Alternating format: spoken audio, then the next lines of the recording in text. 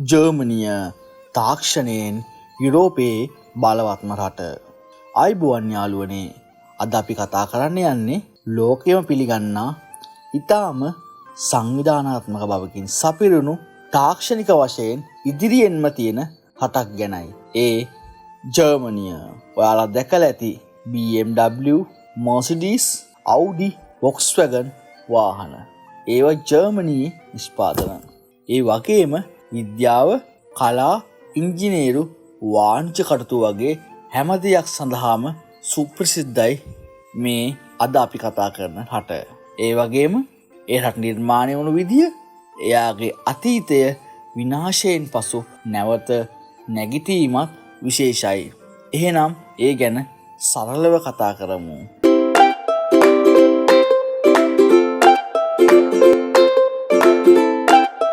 මෙම රටෙහි ආරම්භය ජර්මන් නම් ජනකෝත්‍රයෙන් සිදු අතර යුරෝපා රටක් ලෙස ජර්මනිය කියන නම එන්නේ පරණ ගෝත්‍රිකයන්ගේ එම ආභාෂයෙන්. මේ ජනතාව පුරාණ රෝම අධිරාජ්‍යවලින් පවා යුද වැදුණු නමුත් ජර්මනිය කියලා තනි රටක් එකල නැහැ. කුඩා රාජධානි වලට බෙදී ජීවත් වුණා. පස්සේ ක්‍රිස්තු වර්ෂ 962 වසරේදී හෝල් රෝමන් එම්පයර් ලෙස එම සියලු රටවල් එක් රාජධානියක් ලෙස ගොඩ නැගුවා. නමුත් කාලානුරූපීව මෙම රාජ්‍ය බිඳී ගියා. ජර්මනිය නැවත එක රටක් වෙන්නේ කොහොමද? අද අපි දන්න ජර්මනියට පදනම වැටෙන්නේ 1871 වසරේදී ඔටෝ වෝන් බිස්මාර්ක් කියන නායකයා විසින් ජර්මන් රාජධානිය එකතු කරලා ජර්මන් එම්පයර් එක සකස් කිරීම මගින්. මේක තමයි එකමුතු ජර්මනිය කියලා කියන්නේ. ලෝක යුද්ධ දෙක සහ ජර්මනිය.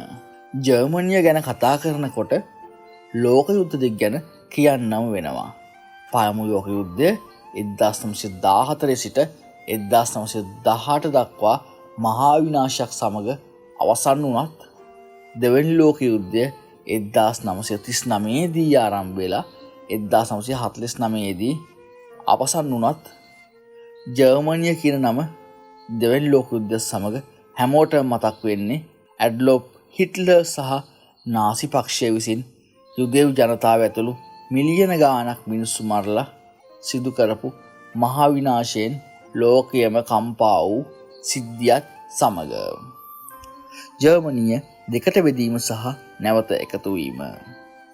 දෙවැනි ලෝක යුද්ධයෙන් පස්සේ ජර්මනිය බටහිර සහ නැගෙනහිර කියලා කොටස් දෙකකට බෙදුණා. පසුව බටහිර ජර්මනිය තුළ සංවර්ධනය, නිදහස තිබුණත් නැගෙනහිර ජර්මනිය තවදුරටත් සෝවියට් බලය යටතේ කරදරකාරී තත්ත්වයේ යටතේම පැවතියා. එකම රට දෙකට වෙන්නුනේ බර්ලින් තාප්පය මගින්. 1989 දී ඒ බාධකය බිඳ හෙළුවා. නැවතත් 1990 දී අපව එක් රටක් විදියට ජර්මනිය නැගී සිටියා. අද ජර්මනිය කියන්නේ යුරෝපා සංගමයේ ප්‍රධාන බලවතා.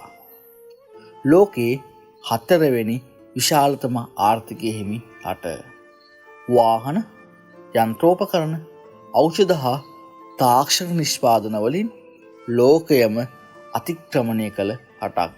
ඔබ දැක ඇති Audi, Benz, BMW, Volkswagen මේ හැම වාහනයකම නිර්මාපකයා වන්නේද ජර්මනියයි. ජර්මනියේ අධ්‍යාපනය ගතහොත් ජර්මනිය සාම්ප්‍රදායික අධ්‍යාපනයට තිත තබා විද්‍යාව සහ නවෝත්පාදනයට මූලිකත්වය ලබා දෙන අධ්‍යාපන ක්‍රමයක් නිර්මාණය කර ඇති රටක්. එපමණක් නොව ඔවුන් පර්යේෂණවලට විශාල මුදලක් වාර්ෂිකව වෙන් කරන අතර එහි ප්‍රතිඵල ලෙස මුද්‍රණයන්ත්‍රය, ක්වොන්ටම් ෆිසික්ස්, මොඩර්න් කෙමිස්ට්‍රි වැනි විප්ලවීය සොයා ගැනීම් ජර්මන් විද්‍යාඥයන් සතු වී ඇත.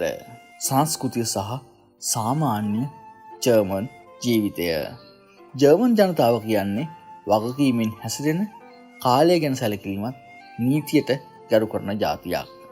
බීතෝවන්, සෙබස්ටියන් බාක්, වෝන් ගෝතේ වැනි ලෝක පූජිත කලාකරුවන් මේ රටේ උපන් අය සේම ඔවුන්ගේ සංගීතය, කාව්‍ය, ගීත ලෝකයේ හැම තැනකම අදටත් ඉතාමත් ගෞරවයට පාත්‍ර වී ඇති බව නොරහසකි.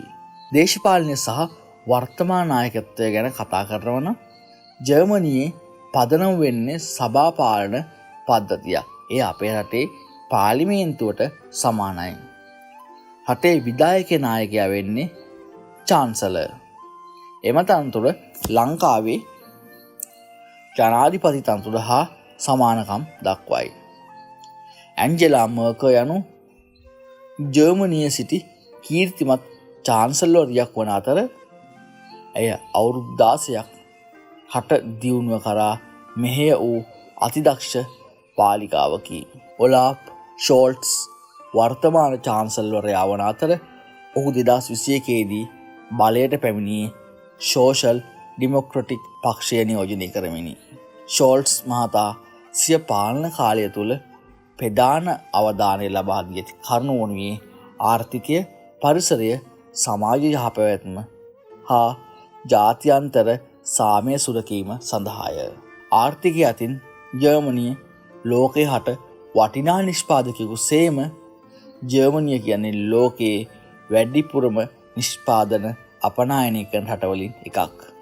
වාහන, යන්ත්‍රෝපකරණ, ඖෂධ, විදුලි උපකරණ හා තාක්ෂණ සේවාවන් යන සෑම ක්ෂේත්‍රයකම අපනයන කටයුතු සිදු කරමින් ඒ සියලු අංශවල ප්‍රමුඛත්වය ලබා ගැනීමටද ජර්මනිය සමත් වී තිබෙනවා.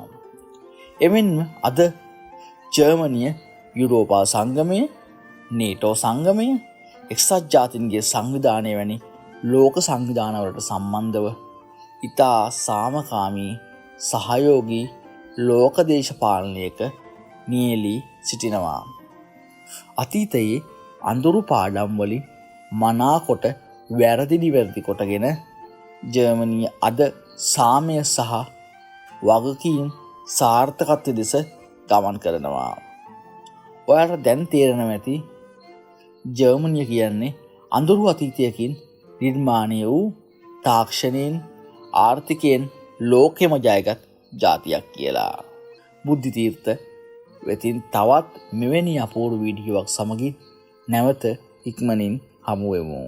ඒ වගේම අපේ channel එක subscribe කරන්න වගේම අපේ වීඩියෝ වලට ඔබේ අදහස් කමෙන්ට් එකකින් එකතු කරන්නත් අමතක කරන්න එපා. ස්තුතියි.